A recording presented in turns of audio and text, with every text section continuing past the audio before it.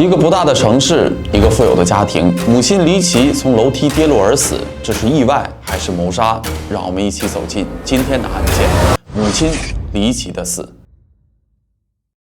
莫看见面平如镜，要看水底万丈深。欢迎来到解密日记，我是超人。今天讲的这起案件发生在美国德克萨斯州一个叫做泰勒只有2万多人的小城市。在上个世纪的80年代，这个城市里有一个非常有实力的家庭，男主人叫贝克·卢卡斯，算是当地的首富了。最初，贝克靠搞房地产、盖房子、卖房子，迅速积累了不菲的财富。贝克又很热衷于社交与慈善，经常在当地举行慈善活动，为慈善机构慷慨的捐款，在当地拥有极高的声望。许多民众支持他，还选举他成为泰勒市的市长。从1970年到1978年，贝克这个市长一干就是8年。贝克的妻子呢，叫做贝特，本人温婉优雅，在社交方面非常活跃，组建了当地知名的花园俱乐部和文学俱乐部，大家都称贝特为泰勒第一夫人。这一家受到当地人极大的尊敬和喜爱，两人育有一个儿子史蒂文。可悲剧就是在这个几乎完美的家庭接连的发生。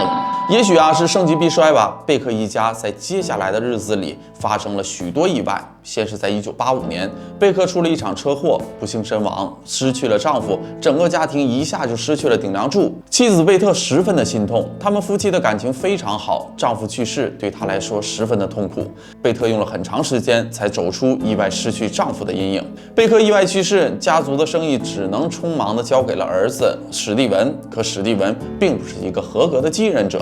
他的父亲贝克是个很有魅力的人，很受人欢迎，但史蒂文能力很一般，无论是外形、风采、才干都不如老爸贝克，家里企业的管理也是每况愈下。富不过3代，贝克一家因为他的意外离世逐渐走向了没落。但坏消息远没有到这里终止。在贝克死后3年的一天，妻子贝特在家中离奇失足，从家中2楼的楼梯翻滚下来，摔到了楼梯上，又滚落到1楼，陷入深度昏迷。儿子史蒂文将妈妈送到医院，可伤势很严重，贝特一直没有意识，抢救无果，1天后便失去了生命。死后的第2天就被安排下葬了。这一系列事件发生的太快了，许多与贝特相熟的朋友都是到葬礼时才知道贝特的意外离世，大家都感到非常的意外，他的好朋友们都很悲伤。就在不久前，大家还在商量接下来的活动，还说好了要一起终老。怎么忽然他就离开了呢？当天到底发生了什么事儿？贝特又是如何发生的意外呢？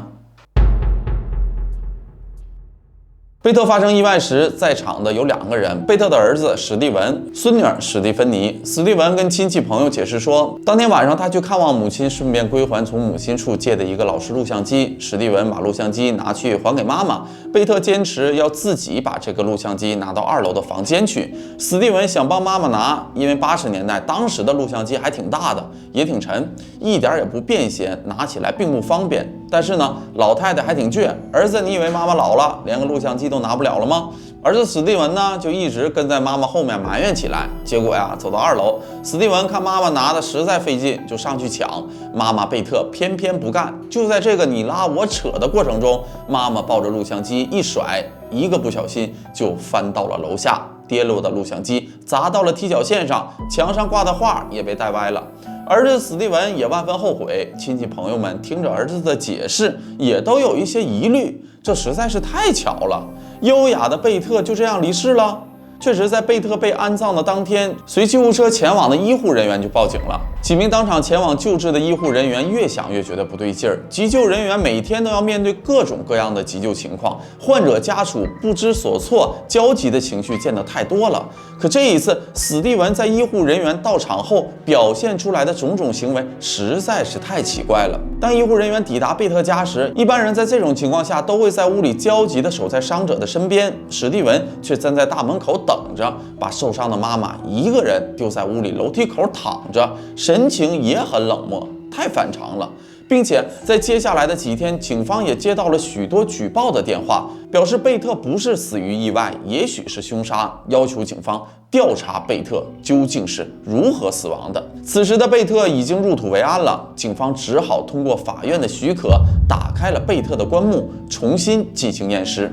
泰勒首屈一指的家庭发生了这种大事儿，遗体都从棺材里给抬出来了，居民们也议论纷纷。一部分人觉得史蒂文这么有钱，家里出事了也都能摆平，就算史蒂文真有问题也能够解决。还有人认为这样温和慈善的家庭不会发生这种事儿。但是法医在检查了尸体后所得出的结果，还是令民众们大吃一惊。法医在贝特的头骨上发现了6处被击打的月牙形裂痕，而贝特家从2楼到1楼的楼梯上，无论怎么跌碰翻滚，也没有可能产生这种月牙形的伤口。贝特的身体里也不含任何的酒精和药物成分，说明当时贝特的精神状况和健康状况正常，并且在对贝特进行 X 光检查时，也没有发现任何一处骨折、骨裂的迹象。这位从2楼翻滚下10几个台阶的66岁老妇人身上，除了头部，甚至连淤青都没有，这太不合理了。贝特的死一定另有蹊跷。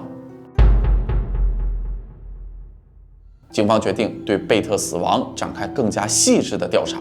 首先，法医怀疑贝特头上的伤口是瓶口或者烛台等圆形物体击打而成的。警方也在贝特家楼梯第6到第7个台阶的扶手上发现了类似的痕迹，而贝特家还真有一对这样的蜡烛台，其中的一个蜡烛台底座上还有一个凹痕。但是警方却并没有在这个蜡烛台上找到任何的血迹或者其他的任何证据。另一个让警方感到困惑的是，现场的地上也没有发现血迹，无论是因为跌下楼梯致死，还是被击打致死，现场都应该有相当多的血迹才对。几个调查人员楼上楼下爬了无数次楼梯，仔细地检查每一个台阶，还有每一处地毯、扶手下的每一个缝隙，现场一丝一毫的线索都没有。无奈的警方在走访调查后得知，现场被仔细地清理过。急救人员在回想当时情况时表示，他们到了现场后，贝特的孙女儿正在清理家中的血迹。邻居也作证说，在当天急救车来了之后，史蒂文身上湿漉漉的，像是刚刚淋过雨一样。可当天并没有下雨。警方征询了在场的另一个证人，贝特的孙女史蒂芬妮，而孙女表示当时她并没有在现场。警方只能继续想别的办法。按常理来说，儿子怎么可能害自己的母亲呢？警方在对贝特的社会关系进行调查后发现，儿子史蒂文是具备作案动机的。贝特的朋友们提供了几个重要的线索。首先，贝特和史蒂文的关系十分差，贝特嫌弃史蒂文没出息，永远达不到老贝尔那样的高度。史蒂文也时常跟别人说妈妈的不是。除了感情上的互相厌恶之外，他们还有经济上的纠葛。史蒂文向妈妈贝特借了大概50万美金，这在80年代可不是一个小数目，但却从没想过还钱。史蒂文自接手家族生意以后，管理极差，还奢靡无度。几年下来，不仅欠妈妈的钱，外面也借了不少的钱，一直没法偿还。银行还曾要关闭他的账户，所以在案发的时候，他的确处在一个非常窘迫的临界点上。更进一步的是，就在惨剧发生的前一天，贝特常去的美容院老板娘告诉警方，贝特跟他提到说自己受够了史蒂文的无能和贪婪，他决定要把史蒂文踢出他的遗嘱，让他1分钱也捞不到。这可能是恨铁不成钢的气话啊！贝特能跟朋友提起这件事儿，那么在看到儿子后，非常有可能对失望的儿子说出同样的话。在临界点的史蒂文一怒之下动手害死妈妈，也就是说，史蒂文是具备作案动机的。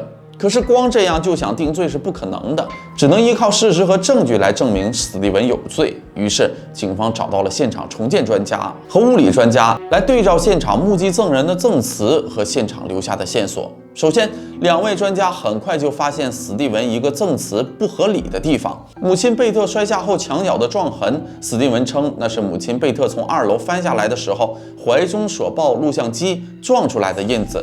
可这个产生印子的方向却与坠落的录像机方向相反，不是从上往下砸出来的，而是从下往上砸才能形成这种形状的伤痕。史蒂文还说，母亲是从2楼的扶手那儿翻下去的，扶手的高度是1.05米，但贝特只有1.65米，这意味着楼梯的扶手高度高出了贝特自身的重心高度。专家经过试验给出结论，在没有外力刻意帮助的情况下，意外翻过比自己重心还高的障碍物，根本是不可能的。而且贝特翻过去的时候，如果想落在楼梯上，还要飞出1米多才行。如果是垂直的往下掉，就会掉进2段楼梯之间的缝隙。所以，一个66岁的老太太，身高1.65米，抱着近30斤重的录像机飞越栏杆，这根本不可能。贝特的朋友也说，贝特养尊处优一辈子，压根儿就不会自己去抬录像机。专家另外还发现了一个疑点。当天晚上，贝特穿了一件长到脚踝的睡袍。如果穿着这么长的睡袍，还双手抱着一个沉重的录像机走上2楼，很容易被绊倒。所以一般女人不会这么做。史蒂文的证词漏洞太多了，结合现场只有他一个人在场，还具备动机，家中烛台的凹痕与母亲贝特头上致命伤一致，所有证据都指向史蒂文害死了妈妈。就这样，史蒂文因为谋杀被逮捕。控方给出的理由是，贝特嫌弃史蒂文的无能，决定要把他踢出遗嘱。而史蒂文本来就濒临经济崩盘的绝境，这下更是雪上加霜。那个晚上，史蒂文来归还录像机，贝特将自己的决定告诉了儿子。史蒂文恼羞成怒，趁着老太太上楼的时候，抓起手边的一个烛台追上去，对母亲痛下杀手。然后他把老太太拖下楼梯，伪造成他抱着录像机掉下去的假象。为了逼真，自己抱着录像机在墙边上磕出了一个豁口。接下来，他去清洗了身上的血迹，打电话叫来了救护车，同时让女儿帮忙清理现场。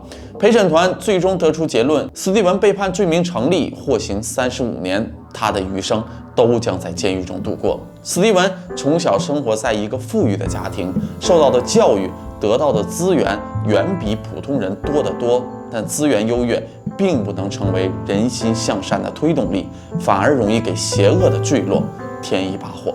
是什么样的仇恨使得他对自己的母亲下狠手？也许只有史蒂文自己最清楚了。好了，这就是本期解密日记的全部内容。喜欢的朋友记得点关注，我是超人，我们下期再见，拜拜。